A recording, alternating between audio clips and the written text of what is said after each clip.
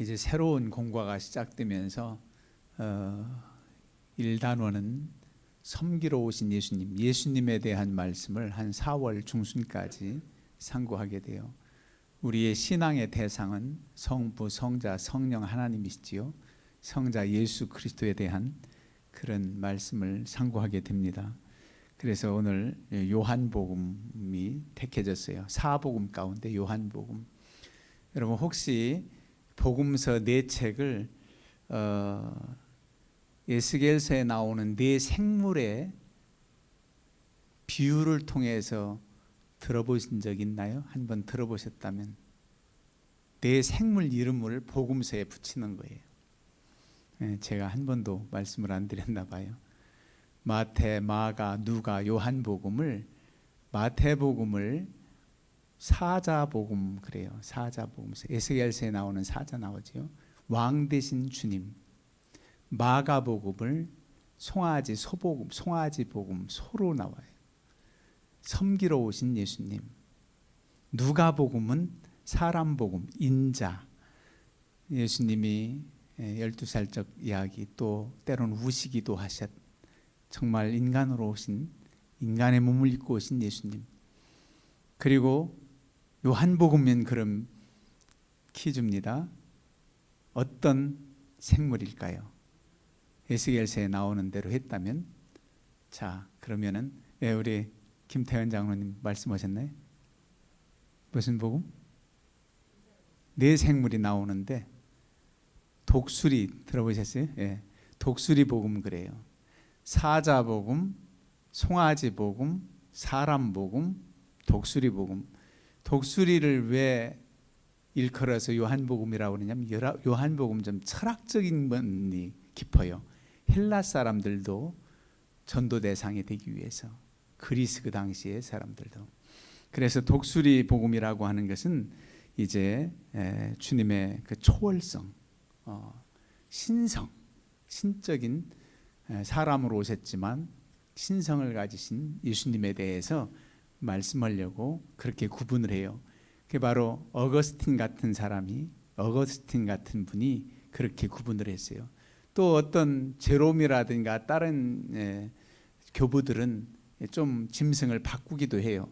그런데 제가 볼 때는 가장 이해가 되는 게 왕 대신 주님 사자복음, 그리고 마가복음은 송아지복음, 그 다음 사람복음, 독수리복음, 이렇게 하면 딱 이해가 될 것 같아요. 그래서 요한복음은 처음부터 이게 무슨 말씀인가 할 정도로 좀 심오해요. 태초에 말씀이 계시니라. 이 말씀이 하나님과 함께 계셨으니 이 말씀은 곧 하나님이시니라. 오늘 일과 제목은 우리 가운데 오신 예수님인데, 예수님께서 이 땅에 오셨는데 말씀이 이 땅에 오셨다는 겁니다. 태초에 말씀이 계시니라. 이 말씀이 하나님과 함께 계셨으니 이 말씀은 곧 하나님이시니라. 여러분 말씀 할 때 헬라어로 많이 들어보셨을 거예요. 로고스라고 하는 단어를 많이 들어보셨지요. 말씀. 이 로고스라고 하는 개념을 요한이 왜 여기다 기록해서 하나님이 이 땅에 오셨다 하지 않고 말씀이 계셨는데 이 말씀이 하나님과 함께 계셨다, 이 말씀이 임하셨다는 겁니다. 이 말씀이 하나님이라 그러는 거예요. 그러면은 태초에 하나님이 무엇으로 창조하셨지요? 하나님께서 무엇으로? 말씀으로 창조하셨어요. 그 구약 시대의 사람, 히브리 사람들은 이 태초에 말씀이 계셨다 하면 태초에 하나님이 말씀으로 창조하신 것과 연상을 할 거예요. 그러면 태초로부터 계신 분이구나, 이런 연상을 하겠지요.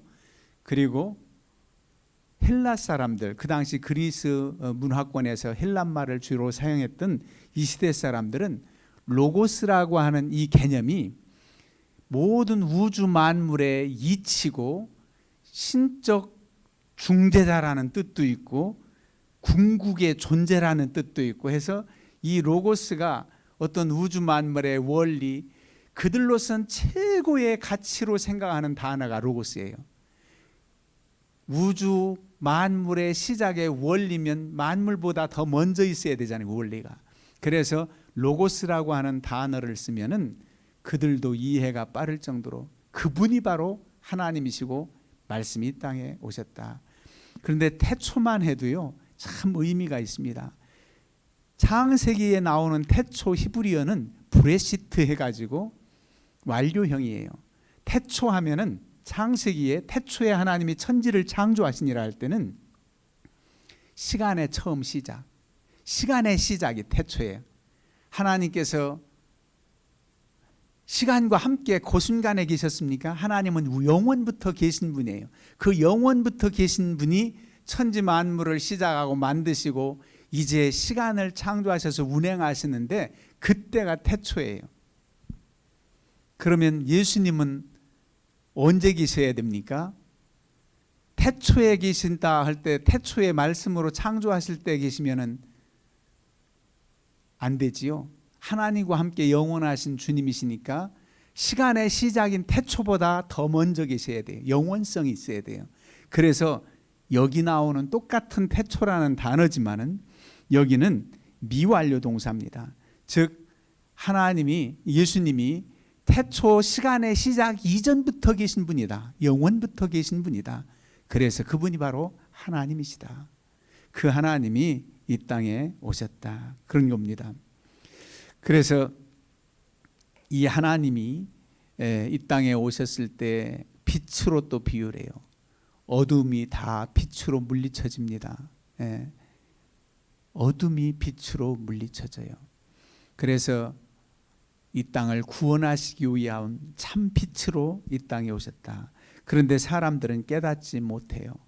그래서 하나님께서 이 빛에 대해서 증거하려고 세례 요한을 먼저 보냈습니다. 그런데도 깨닫지를 못해요. 그렇지만은 깨닫고 우리 주님을 영접하는 사람, 그들은 어떤 은혜가 있습니까? 영접하는 자, 곧 그 이름을 믿는 자들에게는 하나님의 자녀가 되는 권세를 주셨으니 하나님의 자녀가 되는 권세를 얻게 됩니다. 예수님을 믿으면 그런 은혜가 우리에게 주어졌습니다. 어둠이 물러가고 이스라엘 백성들은 자기만 택한 백성이라고 선민의식을 가졌었어요. 그런데 하나님의 사랑은 온 인류를 위한 사랑을 나타내셨지요. 바로 예수 그리스도를 믿는 자마다 다 하나님의 자녀가 되는 권세를 얻게 됩니다. 그냥 구약시대에 이스라엘 나라, 이스라엘 백성 중에 예수님이 오셔서 그 메시아가 그 땅에 그 백성 중에 오셨는데도 불구하고 인정하지 않는 그들은 기독교 신자, 주님을 믿는 사람들도 있지만 구원의 길에서 너무너무 멀고 이방의 빛이 돼서 온 사람, 이방 사람들, 하나님을 알지 못했던 이방인들이 예수님을 믿고 영접할 때 오히려 하나님의 자녀된 권세를 얻었다는 사실은 놀라운 은혜입니다. 왜 말씀이 육신이 돼서 이 땅에 오셨는가? 육신으로 왜 오셨는가? 사람의 모습으로 오지 않고는 우리가 하나님의 사랑이 어떠한지를 잘 깨닫지를 못해요. 하나님께서 아들을 이 땅에 보내셔서 우리와 함께 하신다는 사실을 가장 잘 나타내 보여주셨지요. 최고의 사랑은 이제 마지막 희생하는 독생자의 영광, 즉 십자가의 죽으심이지요. 우리 위해 희생하시는 죽음. 그래서 14절에 보면은 말씀이 육신이 되어 우리 가운데 거하심에 우리가 그의 영광을 보니 아버지의 독생자의 영광이요 은혜와 진리가 충만하더라. 영광하면은 대단한 거지요. 온 세상 만물에 천지 만물이 하나님의 그 존귀하심과 창조주 하나님의 크신 전지전능하신 하나님을 영광 찬양이 가득 찹니다. 그런데 가장 귀한 영광은 독생자의 영광이요. 주님의 십자가 지시는 그 놀라운 사랑의 영광이 가장 큰 영광입니다. 우주 만물의 모든 현상은 다 자연히 하나님의 영광을 노래합니다. 그보다 더 귀한 영광은 우리 위에 죽으신 독생자의 영광이다. 왜 사람으로 오셨는가? 우리를 너무나도 이해하고 하나님은 우리가 정말 이해할 수 없는 분이 아니라 잘 알 수 있도록 요즘 새벽마다 욥기서를 상고하는데 욥은 당시에 육신으로 오신 예수님을 알지 못한 구약시대의 사람이죠. 얼마나 답답한지 하나님 어디 계십니까? 안 보인다는 거예요. 근데 우리는 하나님의 임재하심, 지금도 우리와 함께 하시는 거룩한 영 성령이 함께 하시는 은혜, 우리 중에 오신 주님 그 놀라운 은혜를 맛보고 살아가는 거지요. 교통하며 살아가는 은혜가 있습니다. 그래서 인간으로 오신 하나님은 너무나도 우리와 친밀하고, 오늘 찬양도 위에 계신 나의 친구 되신 주님으로 오셔서 위로해 주시고 소망이 되어 주십니다. 우리 주님께서 이 땅에 오신 사람의 모습으로 오셨다면 마치 차원의 세계로 한번 생각해 볼 수 있어요. 사람은 3차원의 세계에 산다고 그래요. 1차원 면, 2차원 세계가 아니라 이 공간까지도 활용할 수 있는, 개미 같은 경우는 2차원이라거나 1차원이 면만 그저 타고 다니지 나르지 않는 개미를 생각해 보세요. 막 분주히 뭘 물어 나르고 하는 개미를 사람이 물끄러미 쳐다보다가 한 마리를 딱 집어서 손바닥에 올려놓으면 그들 세계에서는 사람의 존재를 이해 못할 거예요. 갑자기 한 마리가 증발했네, 그럴 거예요. 차원이 다르다는 거지요. 그 차원이 다른, 어떻게 이해하겠어요? 어떤 사람이 스님하고 지나가다가 길을 가다가 스님은 안 밟았는데 개미 집을 밟았대요. 개미들이 나와서 이렇게 돌아다니는 집을 밟아서 많은 개미들이 죽었대요. 그래서 스님한테 내 이렇게 살생하면 안 되는데 본의 아니게 개미집을 밟아서 이렇게 죽였으니 개미들에게 내가 사과 좀 해야 되겠다고 그랬대요. 그랬더니 스님이 개미들이 뭘 알겠느냐고, 나중에 당신이 후생에서 개미가 돼가지고 그때 용서하라고, 용서를 빌라고 그랬대요. 내 생에 개미가 돼가지고, 윤회설을 주장하잖아요. 불교에서는 개미가 돼서 개미들한테 미안하다고 해야지 지금 모를 거다. 그 말은 곧 인간으로 오셔서 우리를 너무나도 잘 알 수 있도록, 우리가 알 수 있도록이죠. 하나님은 인간으로 안 오셔도 우리를 잘 아셔요. 중심으로 아셔요. 근데 우리로 하여금 하나님께서 눈높이로 맞춰주신 거예요. 눈높이로. 그래서 인간으로 오신 예수님, 그 주님으로 인해서 우리가 구원받고 하나님의 자녀가 된 권세를 얻었다는 것입니다. 이게 신비예요. 놀라운 은혜입니다. 그래서 우리 주님을 사랑하고 주님과 교통하며 믿음으로 살아가는 겁니다. 여러 가지 인간의 궁극적인 문제, 모든 과정의 끝이 무언가, 마지막이 무언가. 그래서 궁극의 문제라고 할 땐 죽음을 얘기하잖아요. 죽음, 인간의 죽음을, 야, 이 궁극적인 문제야 이건, 그러잖아요. 근데 그 죽음의 문제까지도 우리에게 다 해답이 있는 것을 인해서 우리는 위로를 받고 힘을 얻게 됩니다. 놀라운 은혜예요. 그래서 믿는 사람들에게는 참 소망이 있는 거지요. 이게 바로 영생의 소망이고 참 기쁨입니다.